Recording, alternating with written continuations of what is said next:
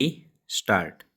महोदय, पर्यावरण से तात्पर्य किसी एक व्यक्ति के परिवेश से नहीं, वरन व्यक्ति के, समाज के, राष्ट्र के और इस सारी पृथ्वी के ही परिवेश से है, जिसका प्रभाव व्यक्ति, समाज, राष्ट्र और सारे विश्व पर पड़ता है। पर्यावरण से तात्पर्य पेड़ पौधों, नदी पहाड़ या किसी तंत्र विशेष से नहीं, वरन उस समग्र वास्तविकता से है जिस पर मानव मात्र का अस्तित्व और उसका संपूर्ण आध्यात्मिक एवं भौतिक विकास निर्भर है। अस्तित्व केवल शारीरिक स्वास्थ्य ही नहीं, मानसिक भी। स्वस्थ शरीर में स्वस्थ मन ही अच्छे स्वास्थ्य की परिभाषा है। शारीरिक स्वास्थ्य हमारे आहार पर निर्भर है, जिसका स्रोत इस पृथ्वी का जल थल वायुमंडल है। मानसिक स्वास्थ्य भी प्रकारांतर से इन्हीं पर निर्भर है, क्योंकि जैसा खाए अन्न वैसा बने मन। स्वस्थ जीवन पर सबसे अधिक प्रभाव हमारे चिंतन का, हमारी परंपराओं का और उन सब परिस्थितियों का पड़ता है जो हमारे ऊपर आरोपित हैं या की गई हैं या की जा रही हैं। इसलिए पर्यावरण या परिवेश में जल, थल, वायु ही नहीं, बल्कि वे सारे घटक महत्वपूर्ण हैं जिनका कुछ भी प्रभाव हमारे जीवन पर, हमारी क्रियाशीलता पर पड़ता है, जैसे हमारे विचार, हमारे आचरण और हमारी परंपराएं एवं संस्कृति आदि। सदा से मानव की आकांक्षा उन्नति और विकास की रही है। जगत का अर्थ ही है गतिमान, और गति दोनों ओर संभव है, उन्नति की ओर भी और अवनति की ओर भी। पहली को हम प्रगति कहते हैं, दूसरी को अगति, विगति, अधोगति या दुर्गति कह सकते हैं। वास्तव में मनुष्य ऐसा जटिल प्राणी है जिसमें अनेक विरोधाभासी और असंगत प्रतीत होने वाली प्रवृत्तियां और प्रतिक्रियाएं होती हैं। वह कानून और व्यवस्था की मांग करता है, किंतु चलचित्र, दूरदर्शन आदि में स्वतः भड़की हिंसा या खेलों में युक्तिपूर्वक की गई हिंसा अथवा अनीति से मंत्रमुग्ध भी हो जाता है। मनुष्य अपनी ही जाति या वर्ग के व्यक्तियों के प्रति प्राय बहुत अधिक प्रतिद्वंद्वी होता है, किंतु कोई बाहरी खतरा उपस्थित होने पर उनके प्रति हद से ज़्यादा सहयोगी बन जाता है। वह सड़कों पर या युद्धों में सामूहिक विनाश के प्रति उदासीन रहता है, किंतु किसी खान में फंसे हुए एक व्यक्ति या किसी कुएं में गिरे हुए एक बालक की रक्षा करने के लिए ढेरों साधन जुटा लेता है। कुछ विद्वान कहते हैं कि मनुष्य बंदर की संतान हो या न हो, किंतु उसमें खालिस बंदर की द्वैध प्रकृति प्रायः ही होती है। उसमें शाकाहारी बंदरों की भांति वृक्षों में उछल कूद करने की प्रवृत्ति तो होती ही है, साथ ही ऐसे बंदरों की स्वाभाविक जिज्ञासा भी होती है जो अत्यंत संगठित गिरोहों में रहते हैं और भांति भांति का मांस खाने में मजा लेते हैं।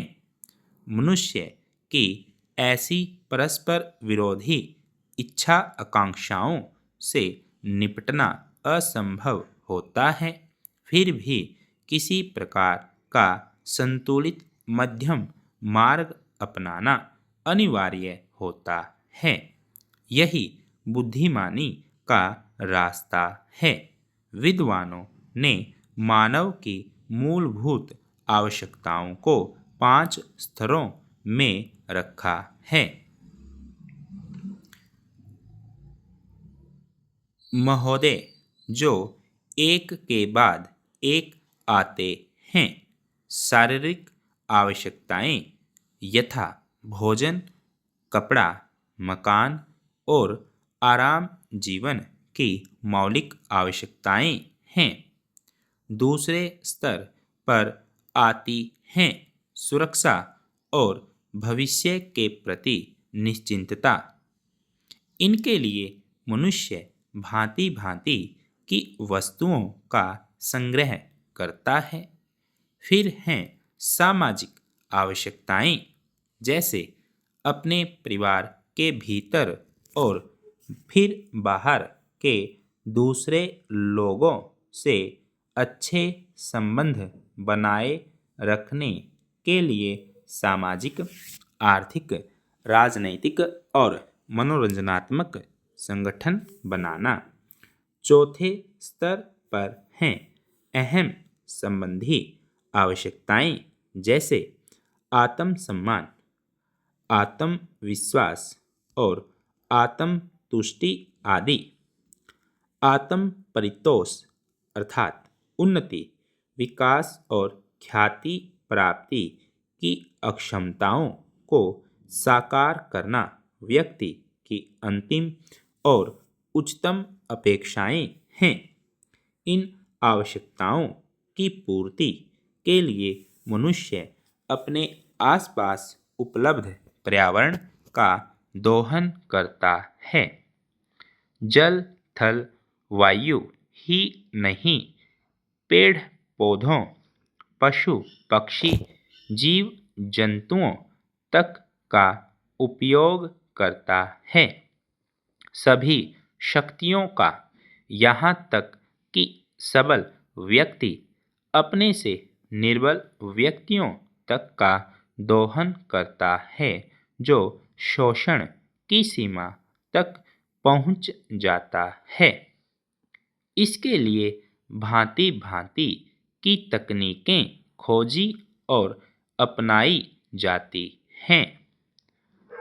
प्रौद्योगिकी ने मनुष्य को भांति भांति की आवश्यकता की वस्तुएं अभूतपूर्व प्रचुरता से देकर संतुष्ट किया है और आवश्यकता की सीमा रेखा भी खिसकाई है। विलासिता और सजावट की ऐसी सामग्री भी दी है जो अब बहुत कुछ आवश्यकताओं में गिनी जाने लगी है। स्वचल वाहन, दूरदर्शन, धुलाई मशीन, सफाई मशीन, सिलाई मशीन, स्टोव चूल्हे, मिक्सी, फ्रिज आदि आदि अब बहुत से लोगों के लिए अनिवार्य आवश्यकता की कोटि में आ गई हैं। तकनीकी और औद्योगिकी से यह सब संभव हुआ है, किंतु एक ऐसा अल्प वर्ग भी है जिसके लिए विलासिता आवश्यकता की कोटि में आ चुकी है। विज्ञान की जन समुदाय के लिए तो मौलिक न्यूनतम आवश्यकताएं भी विलासिता ही बनी हुई हैं। औद्योगिकरण के सहारे मनुष्य ने जितना भी विकास किया है उसे वह उन्नति कहकर संतोष करने लगता है और अपनी द्वैध प्रकृति के कारण यह ध्यान नहीं देता कि इस विकास से वर्ग भेद पनपा है। अमीरी गरीबी के बीच की खाई चौड़ी हुई है। जो व्यक्ति मानव मानव की असमानता, समाजवाद या साम्यवाद के गीत गाता है, वही अपनी द्वैध प्रकृति के कारण अपने पर्यावरण, यहाँ तक कि मानव के भी शोषण के नए नए तरीके खोजता है। यह शोषण बलात्कार की सीमा तक पहुंच गया है।